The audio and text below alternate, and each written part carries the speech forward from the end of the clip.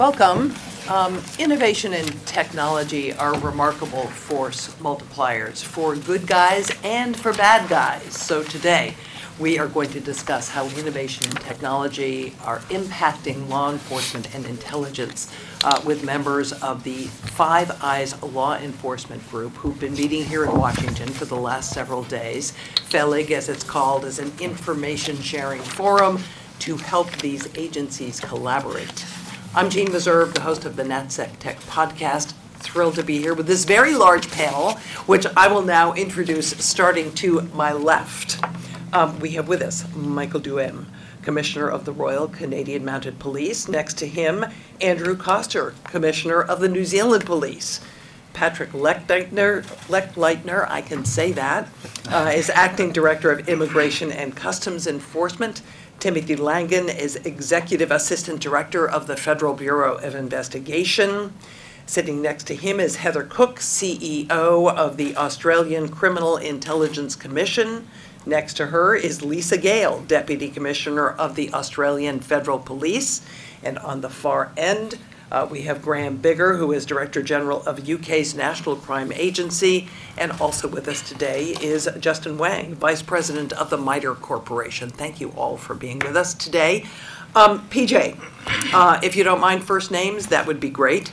You're the host, and I know you talked about a lot that you can't talk about publicly, but can you summarize for us some of the key points of discussion and perhaps agreement amongst you all during your few days of meetings? Yeah, sure, Gene. Thank you. So, for the last several days, we've been meeting, between the 5 countries and, like-minded agencies that respect our democratic principles in the policing spectrum. And, we do this routinely. We meet once a year. We also have subunits that meet routinely on the various topics.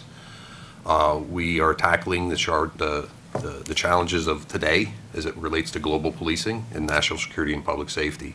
Some of the main themes we discuss is the evolving cyber threat that just continues and is very pervasive, the ongoing actions of transnational criminal organizations and criminal actors across the globe that affect all of our populaces and communities, and just how, as policing agencies, we can better coordinate, collaborate to serve our populaces. So, some of the main themes, as I said, was kind of, some innovating ways to keep up and make sure we're on track. The cyber element, some examples of units we have is, we look at the pervasive money laundering issues that are around the globe. Of course, I said technology, innovation, and just various other, public safety, national security threats that affect all of our member countries.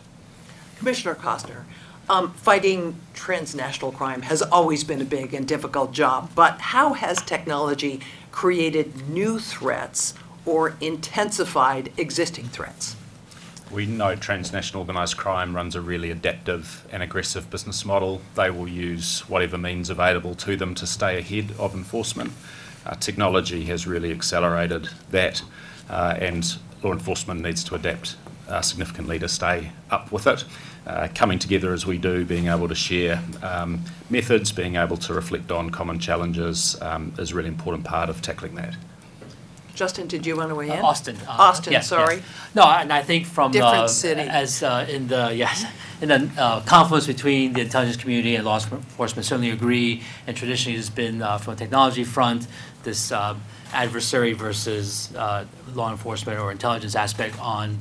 As you have capability, you also have countermeasures. But I think more so from a technology front, we're at an inflection point where we need to advise policymakers on these truly cutting-edge emerging technologies like quantum, biosecurity, to have a broader impact beyond the capability realm of good guys versus bad guys in their use of technology. Okay. I think I would add, I'll go back to what Andrew said. You really have to emphasize the point that technology is going so fast that it's actually outpacing our ability to adjust legislation. And when you look at from a law enforcement perspective, we play within certain parameters, but when you're dealing with the people that we deal with on a daily basis, there are no parameters. So it's extremely difficult for a policing organization to keep ahead of that technology, keep ahead to address the threats. Yeah. Heather or Lisa, did you want to weigh in? Mike was just made the point I was about to make. So yeah, no, I'm happy to move on to another question. if you like. We did solicit some questions from the press, which were given to us ahead of time. This one comes from Nicole Skanga of CBS News. Even before October 7, Five Eye members faced a complex array of terrorist threats. How has the Israel-Gaza war and rising tensions throughout the Middle East contributed to the threat landscapes on your respective home fronts? Is this an unprecedented moment? And Tim Langan, this one has your name on it, so I'll let you take it first. Thanks, Gene. Yeah, it's a great question. So even before the war started, there was an alarming uptick in counterterrorism threats, both, I mean, from domestic issues and external, that we've been seeing in the Bureau and across our partnerships here in Five Eyes. But we've definitely seen a strong uptick in cases, threats directed at Jewish individuals, along with threats against Arab Americans as well. So, you know, what we're concerned is across the spectrum an alarming rise in the amount and volume of threats. You know, I think this is one of the issues that we talked about collectively, trying to mitigate these threats. How we're seeing it across the board and ways we can work together to try to mitigate some of those. Is technology playing a larger part in this threat landscape that you're facing at this moment than it has historically? I think the use of technology for individuals to communicate, both ideology, to organize, definitely is. So, you know, it's kind of woven through almost all programs and areas that we may be concerned with. If I could just add to that, what we're seeing in today's environment, as you heard Mike speak earlier, is that technology is advancing ahead at such a rapid rate that it's very difficult for us to keep up with it. What comes as a result of that is we see today the bridge between what is the online environment and what is the real life environment are closing, and in fact I'd probably say there is no difference between the two now. And the reason I raise that is because when we start to talk about some of these crimes and threats that we are all experiencing across the Five Eyes, you look at the influence that the online environment has, particularly with young people, and the opportunity to exploit vulnerabilities, in some instances to radicalise young people. We know similarly within the child protection environment, it also presents in issues such as sextortion, another really concerning emerging threat. So I think that's what we're starting to see in terms of the role that technology is playing. Everyone has a device now. We know people are online 24/7. Graham, what's the situation in Britain? So just on the terrorism point, I was going to add that we see, I think, these days a much quicker polarisation of the news cycle, of how people are receiving their information. And sometimes that is real information, but only one side of a story, and sometimes it is pure kind of misinformation and disinformation. But because people are in their polarised groups, that gets accelerated and it creates a radicalisation. So it is horrific events that are happening in Israel and Gaza at the moment, but it is creating more radicalisation, I think, in our countries and our streets than a similar event would have done 10 or 15 years ago because of the way people receive information. Andrew, did you want to comment? Yeah, I strongly agree with that, and I think it's also the challenge for frontline policing that the immediacy of social media creates. So an event happens, it gets reported online, sometimes accurately, sometimes not, and you can have an immediate and significant response that requires police to mobilise without having been able to plan for it, and so that has its own layers of complexity as well. Encryption is a subject that every one of you or your points of contact raised in our preliminary conversation. This is the bright red light, as far as I could see, in terms of your challenges created by technology. I'd love to hear about the impact it's having on investigations in your respective countries. Heather, why don't I start with you? Thank you, Jean. Absolutely a topic of great discussion and has been for many years now. The evolution of encryption has been obviously both a positive element of our online lives. It creates privacy and the ability to conduct business in a secure fashion. It protects identities and private data. But clearly, it can have that opposite effect for law enforcement in that it provides havens and places for adversaries, criminality, extremism to hide. We are constantly in that, I guess, that battle between not interfering with the rights to privacy, but finding that balance of where is lawful interception or lawful access appropriate. And technology is creating a lot of difficulty in that space, and I think we've had to be much more clever and creative about how we go about the work of law enforcement and our intelligence work as well. And I think laws have been helpful. There's been legislative solutions to some of these issues which allow continued ability to lawfully intercept communications, for instance. But we're moving very quickly in a direction where those avenues are not going to be open. And when we start talking about end-to-end encryption, we're absolutely in that territory where it will be impossible, virtually impossible, for law enforcement to be able to conduct its business in the way that it has before. And I think it creates a real challenge and obviously a responsibility on the part of the tech companies that are involved in creating this environment to be thinking very deeply about their responsibility in helping society reach that balance. But they're making money Indeed. with these technologies. Are they receptive to your arguments? It doesn't appear so at the moment. Listen, they have been receptive to a point, and I wouldn't want to put all of them in the same bucket, and I'm not going to get into detail here, but I think we are moving in a direction where they are putting themselves potentially in a place where they're not going to be able to have the conversation or be able to work with us to be able to enable us to continue our work in that area. And I think it's going to be a very difficult space. What they're creating, and I think it's important for society to be aware of this as well, and our populations, is that it has the effect of, if we were to take our cities, for instance, creating a cordoned off area of physical space where all manner of crime or atrocity would be able to be permitted, and these would be lines that law enforcement or authorities could not cross. So able to operate with impunity and without any means of interrupting that. I think that it wouldn't be tolerated in the real world. It shouldn't be tolerated in the virtual world either. Grant? I mean, Heather has now said pretty much everything I was going to, and incredibly eloquently. I mean, that was fantastic. I mean, just to reinforce, we absolutely support encryption.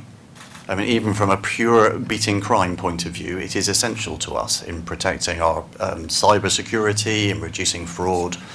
So encryption is a good thing, but we need it to be implemented in a way that can help keep people safe.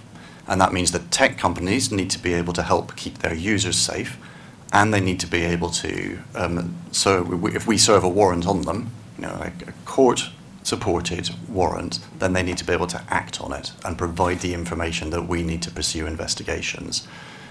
And it can be presented, and certainly the tech companies sometimes do, as a binary choice. You can either have encryption or privacy, or you can have security and safety. And we just do not believe that that is the case. It is always on a spectrum. It always has been before. It always will be in the future. And we need to be able to work together to find a solution that serves both ends. Yeah, I'm just going to tie into the question of encryption, and I'll give you a couple stats here that are somewhat alarming. In 22-23, the RCMP's National Child Exploitation Crime Center received 103,000 requests from other law enforcement agencies internationally, and it's a 26% increase from the previous years. So if you tie in encryption into that, our capability to investigate these very important matters and other matters will come to a standstill because of encryption. So, Lisa? Can I just further add to that to reinforce? For us in Australia, in the last calendar year, 96% of lawfully intercepted material was unintelligible because of end-to-end encryption.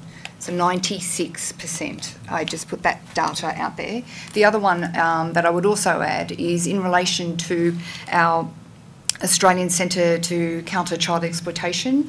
So similar to the Canadian experience, we have had in excess of 40,000 cyber tip line reports from NECMEC in this last year, and we're already tracking to exceed that for the next financial year. And what I would say is, since Meta has gone to end-to-end encryption, we anticipate that up to 80% of those cyber tip line reports we will not be able to action. And in real terms, what that means is there will be victims, not just in the online environment, but real victims that we will not be able to identify and remove from harm. It also means there will be offenders out there who will be able to continue to perpetrate these crimes that we will not be able to identify. Yeah, if I may, I'm just going to reinforce a lot with my colleagues. Technology is agnostic. Technology is not, doesn't choose sides. However, we need to be responsible with that technology, and it's not just the government, it's not just the police. It's also the tech sector, it's industry, it's the populace. We need to use this responsibly.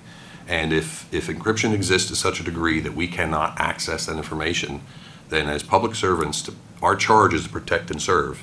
If we can't access it, we cannot protect and we cannot serve. It's a responsible use issue. Encryption is good. It's a needed thing, as my colleague Cram said. However, it's responsible use, but that goes both ways.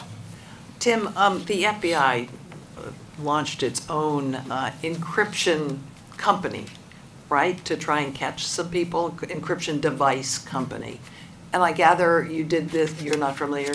I think you did it with the Australians. Yes. Yes. And you ended up It was an rounding up a operation. whole lot of Yes. people. Tell us a little bit about that.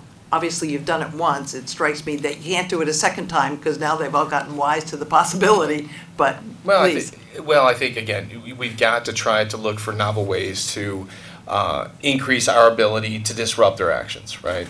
So it's an extension of the operations that we've done before, just in a new spin of using undercover operations, using platforms to where we can elicit criminals to come to us if they think that we are providing them with something that will expand their criminal enterprise, if we're a partner with them, or if we're potentially victims. So it's an expansion of what we would do in our given authorities to try to bring intelligence and focus on those criminal organizations. This was a global effort, an incredible partnership that disrupted potentially thousands of criminal actors. So.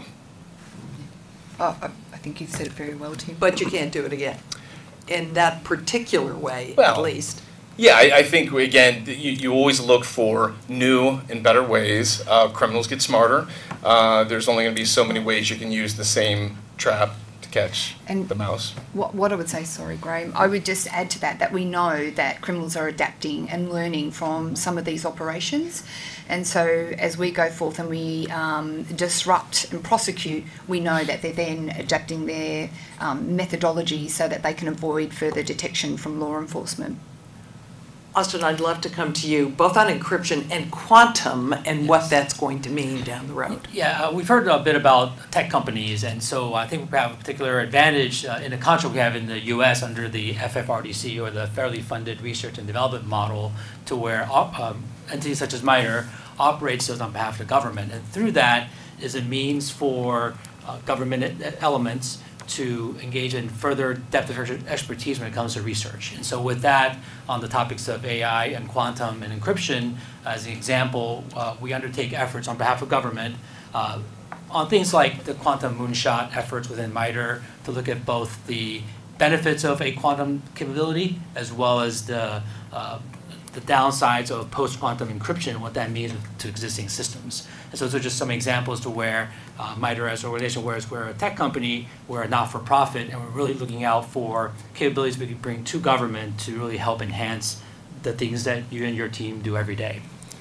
How are you all preparing for the advent of quantum? From a New Zealand perspective, we're a pretty small jurisdiction. We take great support and encouragement from being part of this group here, and law enforcement can do a lot to adapt as well. But the way that technology enables the breadth of offending, the dispersed nature of it, the sheer volume, means that law enforcement can't resolve these issues by itself. And we need technology providers, we need platform providers to take responsibility for the safety of the people in their environments. And we need systems to be designed safe, because you'll never catch all of the offenders with the volume that they're going to be able to work at using some of these technologies. So I think a really strong message you're hearing from this table is providers need to take responsibility if people are going to be safe in a virtual world. And John, if I may, there's no one law enforcement organization in the world that's standing on its own. We're all facing the same problem. Here's a good committee here, feel like, where we exchange best practices, where we have working groups to find out solutions, potential solutions that would benefit not just the people at the table, but would benefit law enforcement writ large.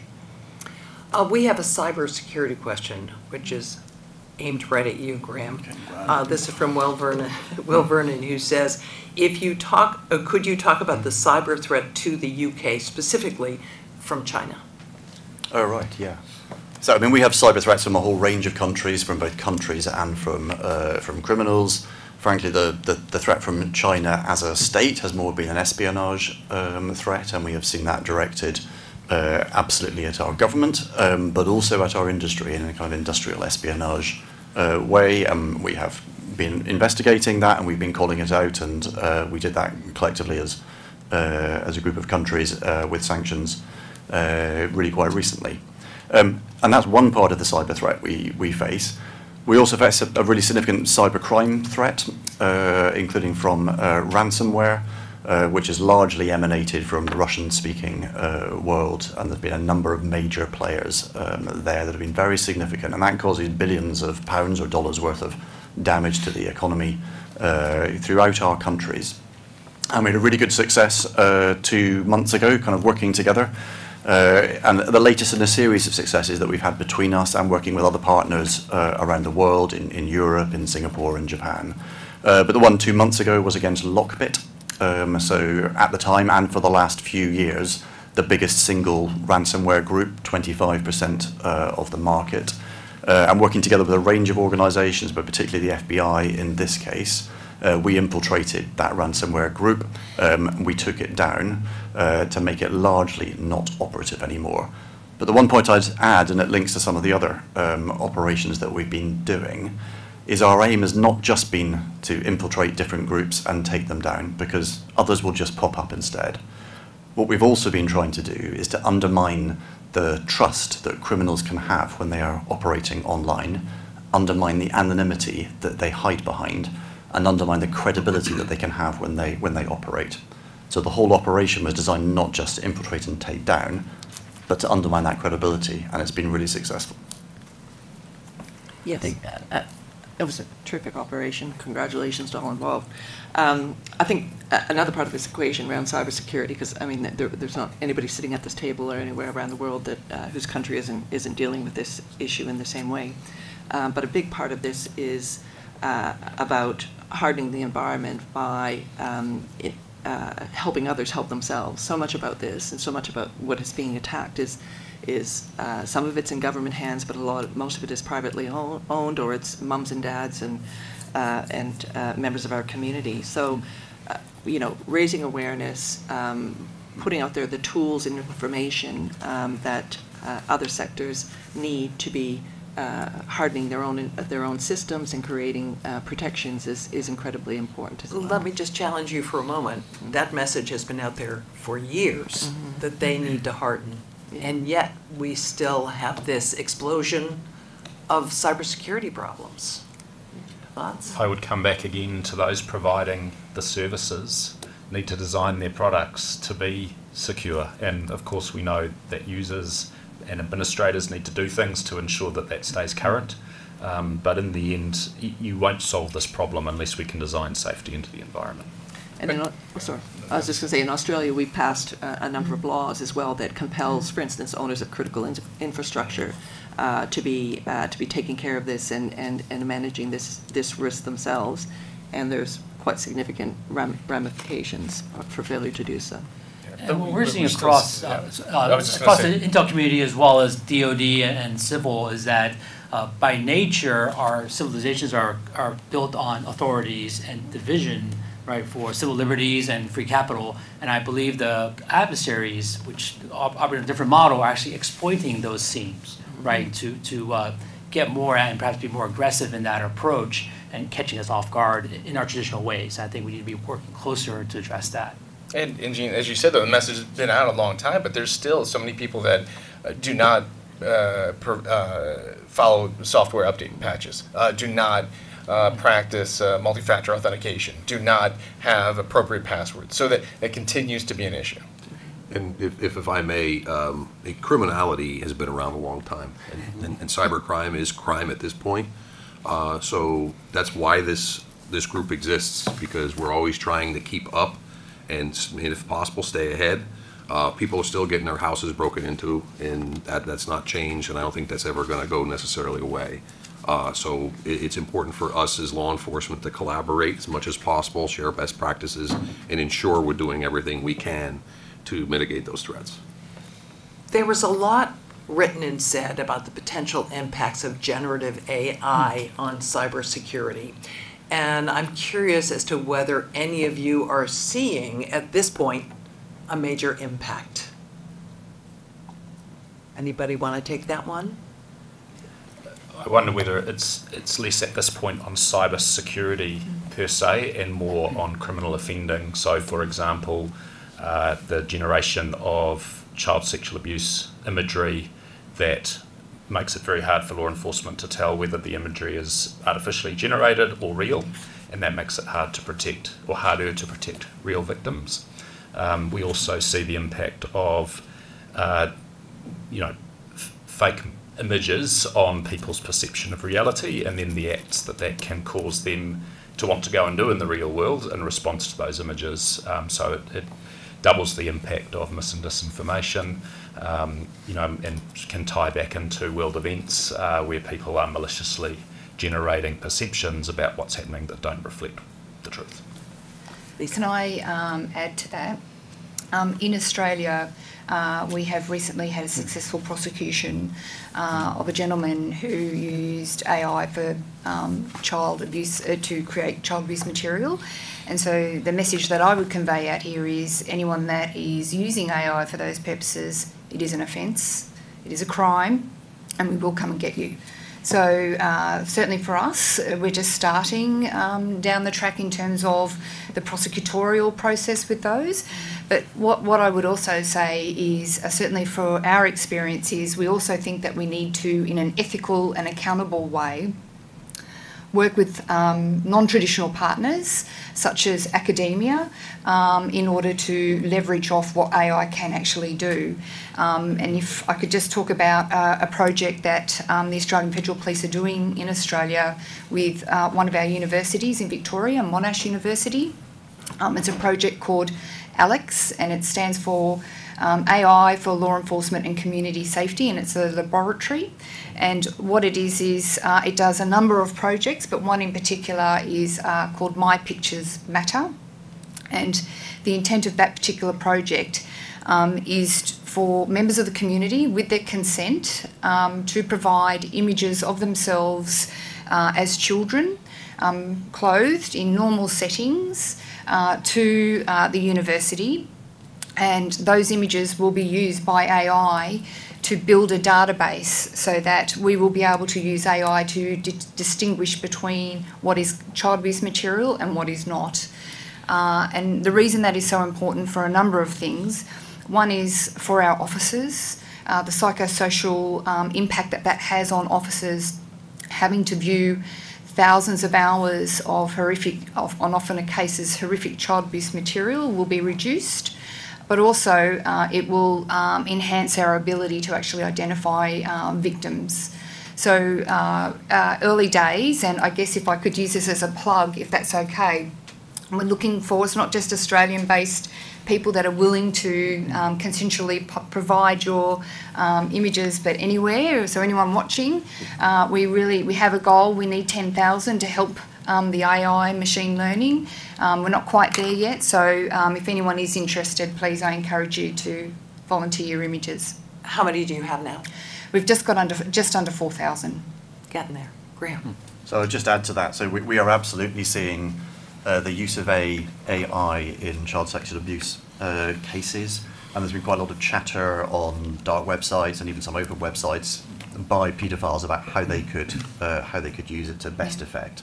And it is absolutely offence in the UK jurisdiction as the same as it is in Australia to create AI images of children. We are also seeing it in fraud. So that's been, we haven't really covered that so far, but the growth in fraud and largely online enabled fraud has been one of the big things that we have seen from the development of the internet and technology over the last decade or so.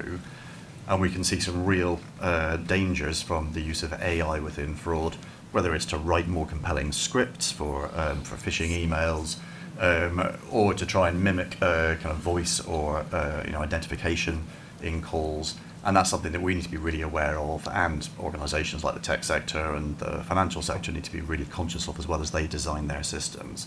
But I would just end, as Lisa did, there are also huge advantages. I mean, we do not see technology as a threat. As PJ said, it is agnostic, and there are huge things that we can do with technology to help make people safer and to help investigate crime. So we need to make sure we are grabbing the benefits as well as preparing for the risks.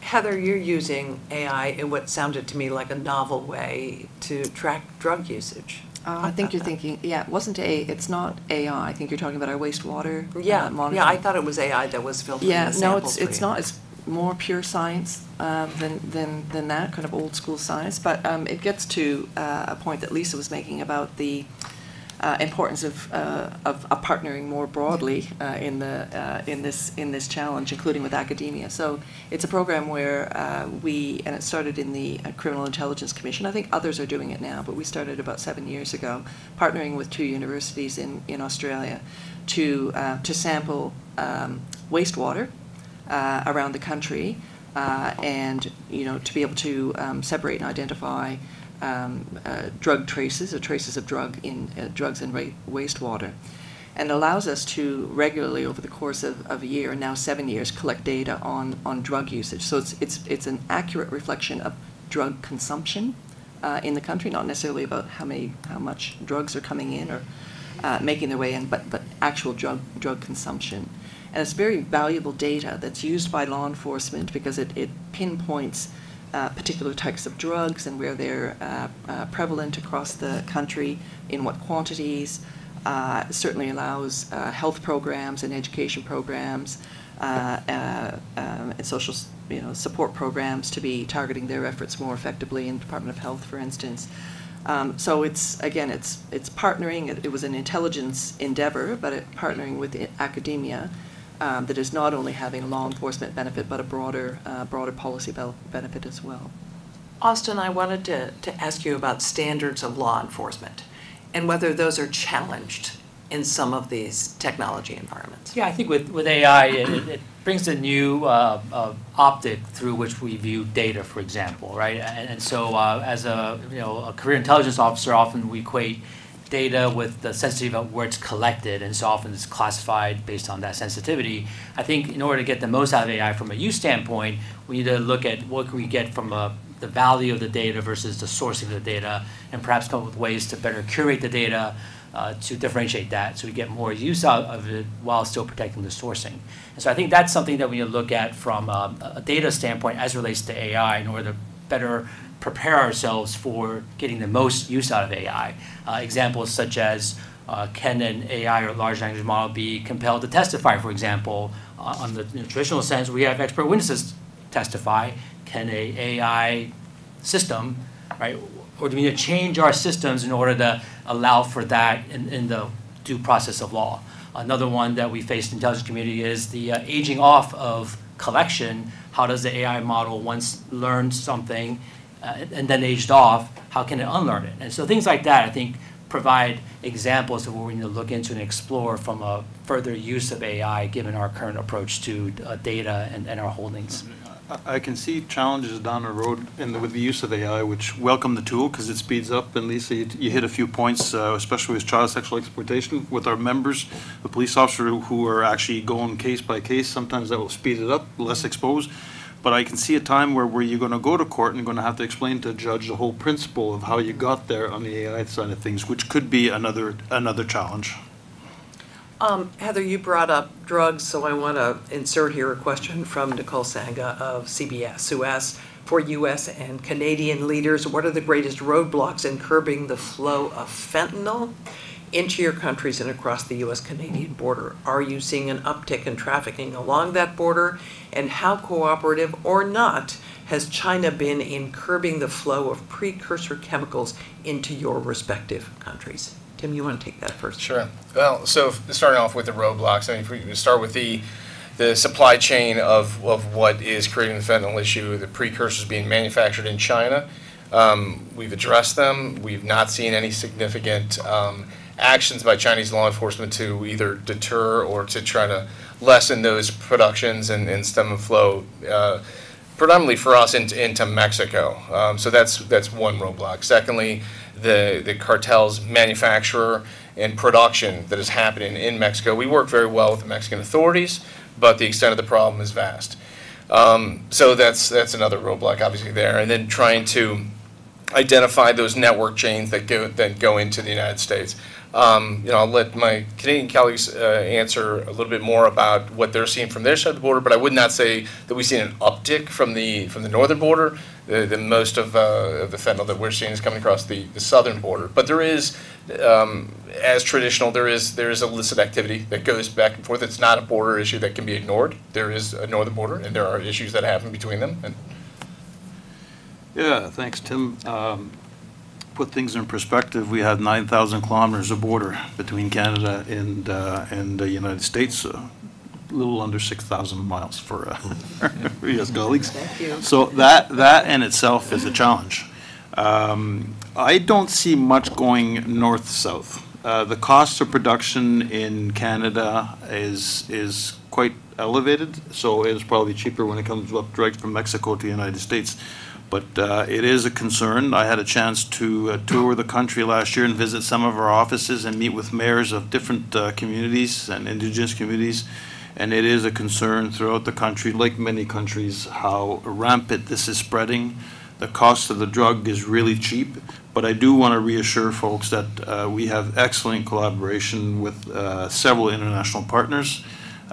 Between the Canada and U.S., we have several fentanyl committees that are going on, trying to detect routes, sharing best practice. Just last March in Toronto, we had key partners from different agencies going over some of the key success. DEA is doing a good job with sampling and profiling, figuring out those routes. So there's a lot of work being done, but I'll admit it's a challenge because of it could be small quantities, it could be big quantities.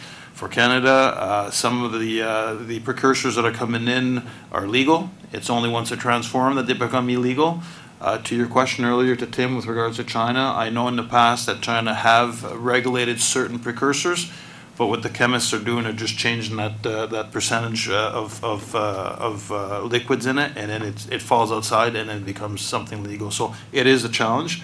Law enforcement, I always say law enforcement is but one solution. I think we have to really double down on the outreach, the awareness. There's a societal approach to all of this as well. So, yeah. Yeah, Gene, so Homeland Security Investigations, HSI, is focused on this heavily. This is a pervasive issue, this fentanyl issue, and we see the bulk of it is precursors coming into Mexico, being produced and coming across. We're working very closely with our Mexican counterparts. However, it's an enormous problem, and then it's being dispersed throughout the United States. And the issue with fentanyls, it's incredibly powerful. It's also super cheap to make and very profitable. So the cartels, the transnational criminal organizations, have a huge profit motive to move it. As Mike said, and I couldn't concur more with what's been said, as Mike said, we're working so closely with our Canadian counterparts across that border. The transnational piece is what we do, and we're attached at the hip for the investigation with Canada and the Border Enforcement Security Task Forces up and down the border and all across the United States for us and globally, and you're seeing that here with the Five Eyes law enforcement group. As far as the piece of, our Chinese partners doing enough, that's simply no. I don't think they're doing enough. We have a dialogue. We're trying to get them to do more. We need them to do more. We need them to do a lot more. But it's complicated. These are precursor chemicals in some ways. It's not, as Mike said, they're not regulated. It's not on the face illegal. But if they're using 100 times the amount that they could potentially use for a legitimate use, there's a problem. And this is a huge problem. We have an enormous death toll in the United States from this per capita. I believe Canada is right on our heels, if not beating us on per capita death toll. And this is a problem for every household in the United States. And what we've talked about during this last few days is the fentanyl issue. If it's not in your given jurisdiction, it will be eventually, because that profit motive and the ease of sale and just the simplicity of it will drive organizations there. Graham, are you seeing it in the UK? So I wanted to pick up on PJ's point. So we saw some fentanyl in 2017, 2018, but small incidents. We came down very hard on it and it kind of went away. But synthetic opioids, of which fentanyl is obviously one, we are beginning to see. We've had nitazines been a particular issue over the last 9 months or a year in the UK, 130 odd deaths from nitazines. But this I think is actually one of the strengths of the FELEG partnership. So this has clearly been an extraordinary challenge in the United States, in Canada, and they have been incredibly gracious in sharing all their learning with us, with Australia, New Zealand, and the UK. As PJ said, if it's not with us now, it may well be in the future. It is likely to come. And so they've been sharing everything they know about it, really thinking about what warnings and indicators we need to look for, what we can do to try and stop it getting a hold in our countries, because of the enormous increase in the death rate that you get when you get synthetic opioids. And then if I just very briefly link it back to Heather's point about wastewater analysis, I mean, we do this in a number of our jurisdictions, but definitely in the UK as well. And that's one part of being able to spot these things. When we first did wastewater analysis, we discovered that showed that the consumption of drugs, of Class A drugs in the UK, was 3 times the level we thought it was before. We had no really scientific way of judging it before. We were looking at what we were able to seize on the streets at the border, and so we had an estimate. We did something scientifically reliable, and it showed it was much greater. So that was an important thing for us to realise. But what we can also do is test for different drugs. And even though fentanyl is available, comes in such small quantities, the amazing scientists that we work with are able to identify it. So we can now spot it coming into the consumption pattern in our country quicker than we might have done previously. So we have to use all the tools at our disposal to try and stay on top of this threat. So if I just may, and we're talking about it, I should have added earlier, if you look at a lab that produces 3 to 5 kilos of fentanyl over 2 days, they're making about 1 million doses, over 1 million doses. So then those are little pills. So just imagine once that's fabricated, how those pills are shipped throughout the world. They can be in small envelopes, they can be bigger packaged. So thank God for the good collaboration, we're learning. But as I said, it is a challenge, and law enforcement is but one solution to the problem we're facing. Yep. Are you seeing it in Australia? I mean, New New Zealand, sorry. Too We're- long a day. We're very close together. Not that close. We thankfully have seen very little in the way of fentanyl, and we are checking wastewater and monitoring very carefully. Methamphetamine is by far our biggest problem, and it causes huge harm in communities as well. I think to Mike's point, law enforcement can get you so far on drug issues, but we actually need to look more deeply as a society about what's driving it and how we address that. So I guess I should ask you if you're seeing it in New Zealand, but Virtually the same as New Zealand again. Absolutely. Meth is the big problem, but monitoring very closely fentanyl and seeing very little, but the wastewater analysis allows us to keep close track on that. Yeah. PJ, talk to us about crypto and the challenge that poses, especially as it evolves. Yes, absolutely. So it's just, it's a piece of the financial crime network, and it's just, complicated by the cyber environment. So it's another, other means of exchanging, money essentially. But It makes it very difficult to trace when, you know, where the money's coming, where it's going to, and it just complicates investigations into all sorts of different criminality, you know, irrespective of itself. Could be fine, but just like technology, it can be agnostic depending on how it's used. It's just, it's something we concentrate on heavily in our cyber and technology efforts, and it's something that I know affects all of our different agencies, making sure that we are capable of tracing that information, have the appropriate information, and follow up with our partners on that. So it's part of this technology conundrum. Technology's great, it's wonderful, just depends on how it's being used. Graham? Just another angle on how crypto gets involved in crime. So definitely, absolutely in money laundering, and that was much talked about before COVID, but it accelerated in COVID and now has become a fundamental plank of money laundering. But in addition, what we have seen is how it's been used in fraud. So there have been an awful lot of investment fraud schemes trying to entice people into invest in crypto, and it just didn't exist. So we've seen a lot of losses in the UK there, and the very strong advice, including from our Bank of England, has been, you know, do not invest in crypto. No, that's it. Also, the incredibly painful rise of ransomware that we're dealing with across the globe. It's enabled also by this currency, right? You wouldn't be able to affect an international ransomware, hold a corporation entity hostage without the ability to convey these funds surreptitiously across the wire to another country.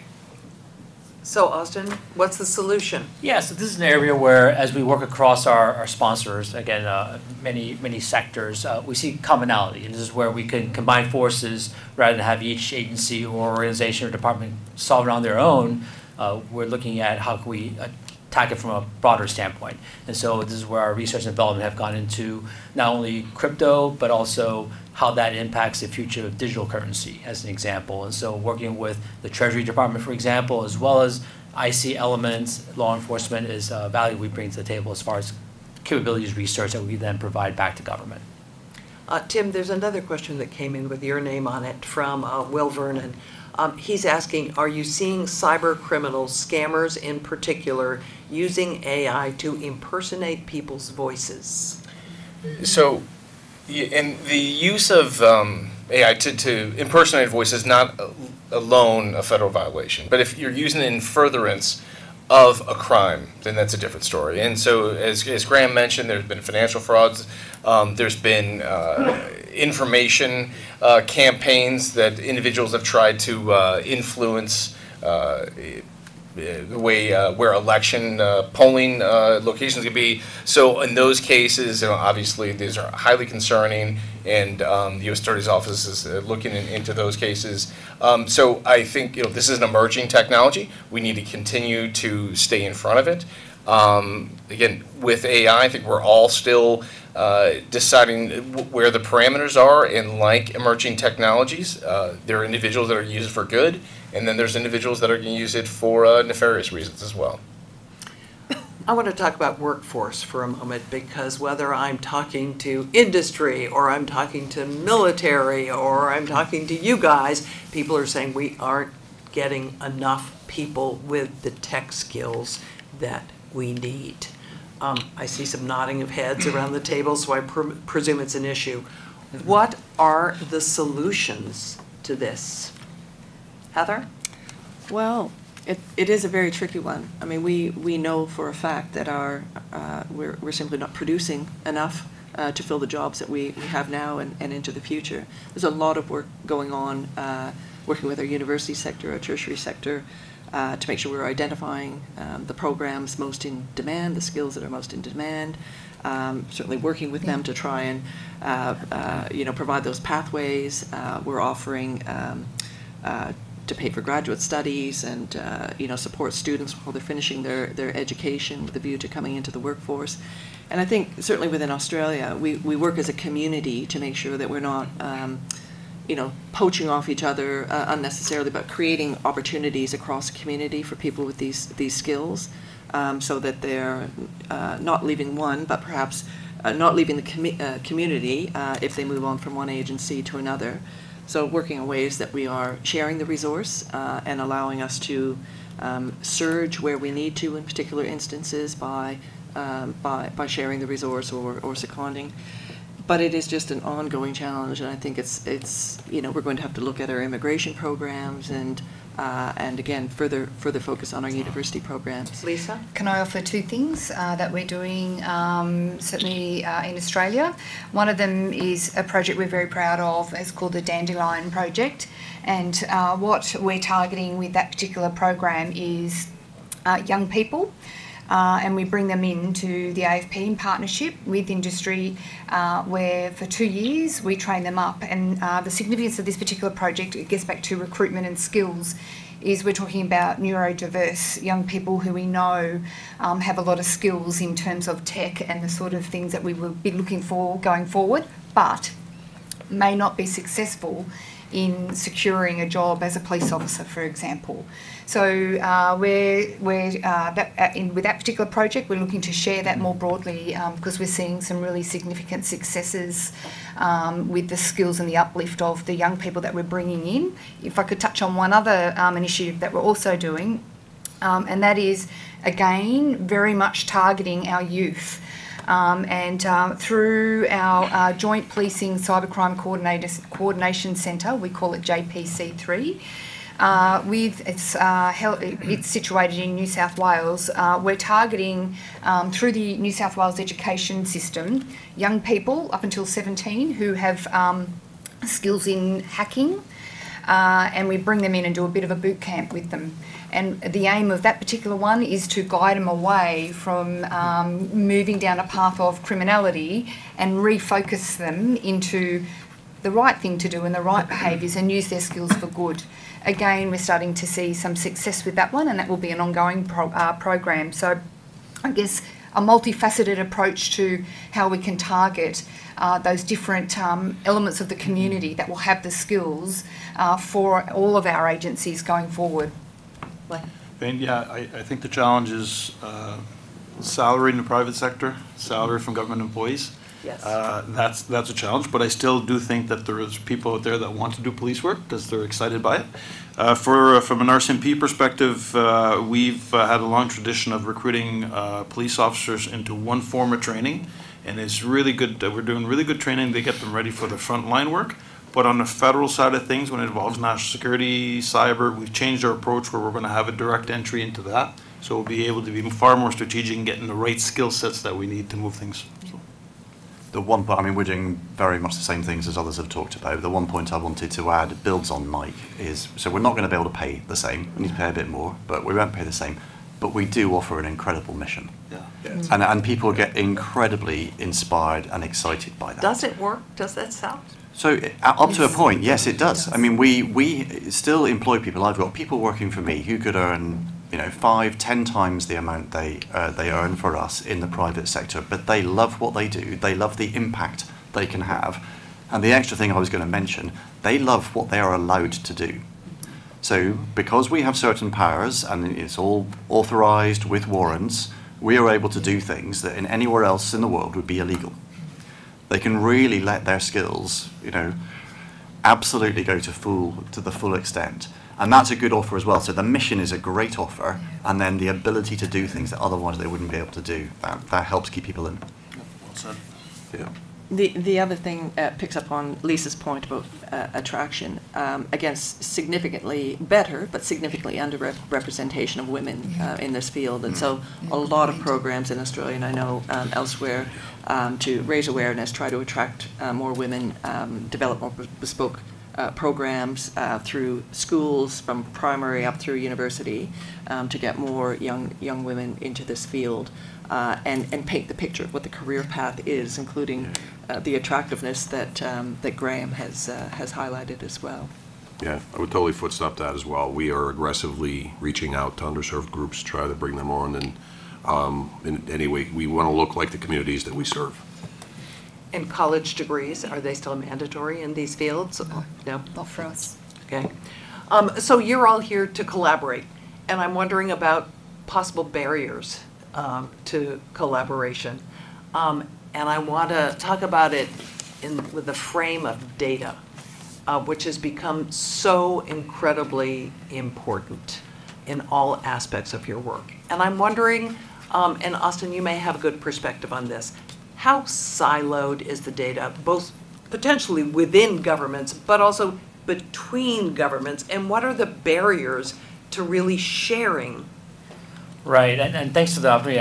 I touched on it briefly earlier. I think today we need to view data as a kind of commodity, right? The value that data brings and the value we get out of that data, rather than, like I mentioned earlier, the sourcing and such, right? And so that puts it in a different context as far as the vast potential of it. And so if there's silos or constructs or even policies and authorities that not allow the free flow to occur, that's going to hold us back. And so the idea here is not to, again, give away sensitive sources, but somehow in a more creative way compartmentalize the sourcing from the value of the data. And so I think we just need to begin by thinking of data differently to then create the new constructs to which how we manage or handle data and its further collaboration. Grant. So on intelligence, we're actually really good at sharing that and really quickly across our organization. So kind of micro packets of data, brilliant at. Bulk data is harder. And that's one of the things we've been discussing, how we can get better at sharing our kind of bulk data, as Austin said, particularly when it's kind of covert sources.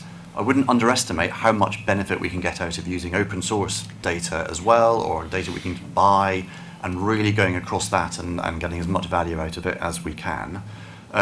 Two final points. One, I think people put a lot of cultural barriers in the way of sharing data as well. The law actually permits an awful lot more sharing within jurisdictions and between jurisdictions, and there is a fear of going across data protection boundaries, which really gets in the way. So we need to drive at that. And final point, brilliant success through Congress in getting the Cloud Act passed a few years ago, and on the back of that, UK-US data access agreement. Same with Australia, that allows us to be able to go into the tech sector and get the information direct from them without having to go through a very lengthy legal process. And that's been a real boom for us. I think it's important to mention, though, too, that there's times, though, that data does need to be protected individually, especially in criminal investigations that might involve grand jury or other information that, and the public needs to know that in an environment where we want our global partners to be sharing threat information and to be able to take action on those threats to mitigate them, but that also that their individual nation protective rights still stand, and that the protection of their data in lawful process is also being adhered to. Open source data was mentioned. It seems like a treasure trove. Are you exploiting it, do you think, to its full potential? Okay, you're laughing. You have to answer that. Oh, yeah, well, it's because you finished the sentence with to its full potential. So are we exploiting it? Yes. Is there an awful lot more to go?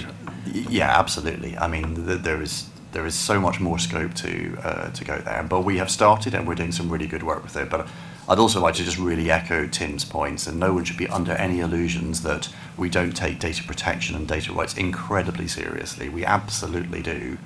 But even within that, there is so much more we can do to get the best value out and help protect the publics that we serve. Yeah, and I echo that as well. It's responsible use of how we use the data, and we have to protect it a certain way depending on the data source and various things. And it's also, you say, we're using all we can open source. One of the problems we have is between the data we get because of, our search warrants, our seizures, or whatever else, in addition to open source, is we have, in modern society, so much data. We're almost drowning in data. And part of the technological challenge is how do we tease out what's useful? And you could have a mountain of it, but if you can't make good use of this, it's virtually worthless. That's a challenge with part of this. And if I may, open source, yeah, we explore it fully within legislation parameters, but when it's on open source, it's available to everyone. The misconception is that people believe in Canada that law enforcement are using open source and are actually getting into email accounts and whatnot, and that's not what it is. It's anybody can go on open source and do that search. It's just law enforcement have different tools to search, to do more pointy search or a faster search on the internet for what we're looking for. but we're not infringing on privacies of individuals. It's information that's there. Anything we have to do when it comes to the privacy issue, there's a judicial process that we must follow and respect to go down that road. Austin, Yeah. I'm curious as to whether there are institutional obstacles. Yeah, I think an approach, and I completely agree with Michael's point on the civil liberties aspect, and more so as you look at open source from the optic of open source intelligence. I think what the community needs is a set of professionals that better understand that as intelligence source. So perhaps I think our U.S. Army has started with their creating a open source intelligence field, training intel specialists focused on that, really to get at the veracity and the reliability of the sourcing.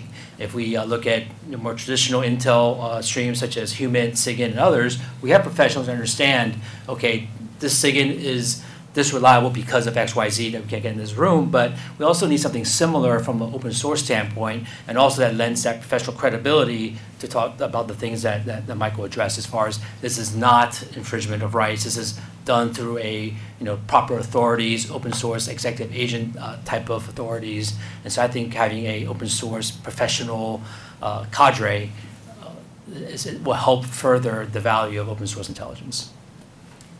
Yes. Just again to echo that, yeah, at the FBI we do need an investigative need to look into it. It's not an issue of just combing through. There has to be some type of initiation of why we'd be looking into particular information. Again, always concerned with civil liberties and mitigating threats. Absolutely. We've been talking a lot about threats here and a few that we know are coming, but I'm wondering if there is one thing or two things that each of you sees looming out there, perhaps just beyond the horizon, that you're really watching carefully. Lisa, do you have any thoughts? Oh, I thought you said something. No. Sorry. That's a really good question. Look, to me, I think we've really touched on like the technology piece, I think, and the globalisation that it encourages of crime more broadly. The rapid rate that it's evolving means we're just not keeping up. Our laws are not keeping up with how technology is advancing. So for me, the top one is that, and developing the tools, having those partnerships, collaborating in forums such as this so that we can continue to try and keep ahead of the curve. Yeah, I think if I think about that question more in sort of like the global context or the strategic environment that we're in or that's looming. I mean, obviously we're at a very different period in time. We're in a period of greater instability, more strategic unrest, more strategic challenge. That's creating ructions and distractions and really turning probably weaknesses or cracks and vulnerabilities into things that are widening.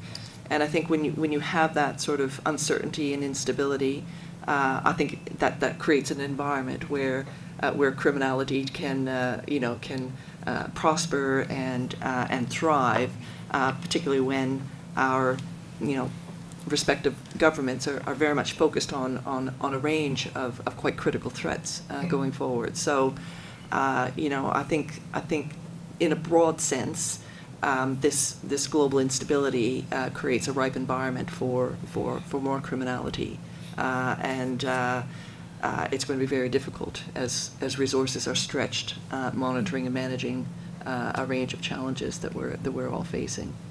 Tim? Let's say so. A large threat coming from nation-state actors.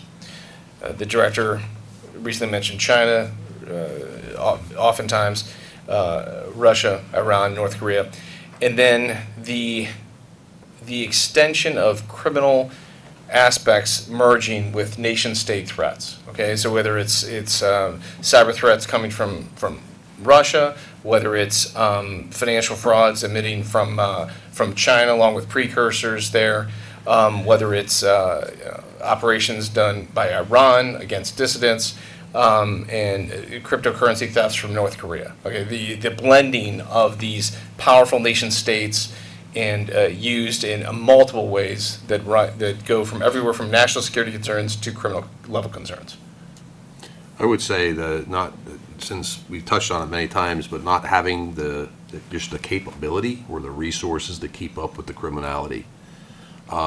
We've reached a point where technology is evolving, as has been stated, so fast, we risk not being able to combat that criminality. We need to be able to be nimble and move at the speed of crime. And rightfully so, we have to follow policies, procedures, and we have the rule of law. But our adversaries, which are the criminals, do not. And that's what worries me, is that we're gonna lose that battle and not have the technology capability and resources to keep up with that criminality. And they have unlimited resources. And they don't have rules. Right. And Yeah, mine's more of a general policing concern. As a single national police service, we rely on our communities to be well functioning, to be able to police effectively. For me, the way technology is shaping our understanding of the world, the polarising effect of social media, in due course turbocharged by generative AI, can open up chasms that makes it difficult to police. As has been said, the opportunities that creates for criminality, the way it can make people respond in extreme ways to their perception, which may or may not actually be true, I think risks undermining the foundation of policing. like, I would echo Lisa and what some others have said. The rapid growth of technology and the speed it's going at, just keeping pace with that is a challenge. And the other one is not necessarily over the horizon, but we're in it right now, public trust and social cohesion. What do we do? There's so many conspiracy theories going on, and it's challenging because social media is being used. There's misinformation going on. But key for any law enforcement organization in the world is to have that public trust, and we have to make sure that we either rebuild it or solidify what exists. Austin? From my optic, I have to agree with Tim's first point about the threat coming from Xi Jinping's regime, from the People's Republic of China, as our #1 most enduring threat. When viewed through the optic of our work with DoD, our work with the intelligence community, and our work with other parts of government, which requires a closer coordination across more traditional lines, and the blending of a whole of government, whole nation approach, and to have the honor to host a multinational gathering like the Five Eyes is something that we at MITRE try to bring in and really focus on as far as our role in helping connect areas where we're seeing common opportunities. And so I think it's really the long-term threat from Pacific Xi Jinping regime. Graham? So I wrote down a couple of things when you asked the question, and I've been wondering whether to change them now because they've all been covered. But I won't, because they are absolutely what I think, and we just share the same view. So technology has and is transforming crime. It has given criminals scale and reach that they have just not had before. And crime has gone from being local and one-to-one to global and one-to-many. And that is the big challenge that we are facing. With AI, we've seen it so far just augment the existing crimes. And what worries me is at some point we'll see a new type of crime that we just haven't seen before come out as a result of AI. And because of that technology, its impact will be just so large. So that's what I'll be watching. And the thing we need to protect, exactly as Andrew and Mike said, is the trust and confidence. The trust and confidence, not just in us as police forces and law enforcement organisations, but the trust and confidence among our community and with the institutions that help communities function. And that feels in tension and under threat at the moment, but it's fundamental to our societies kind of working effectively.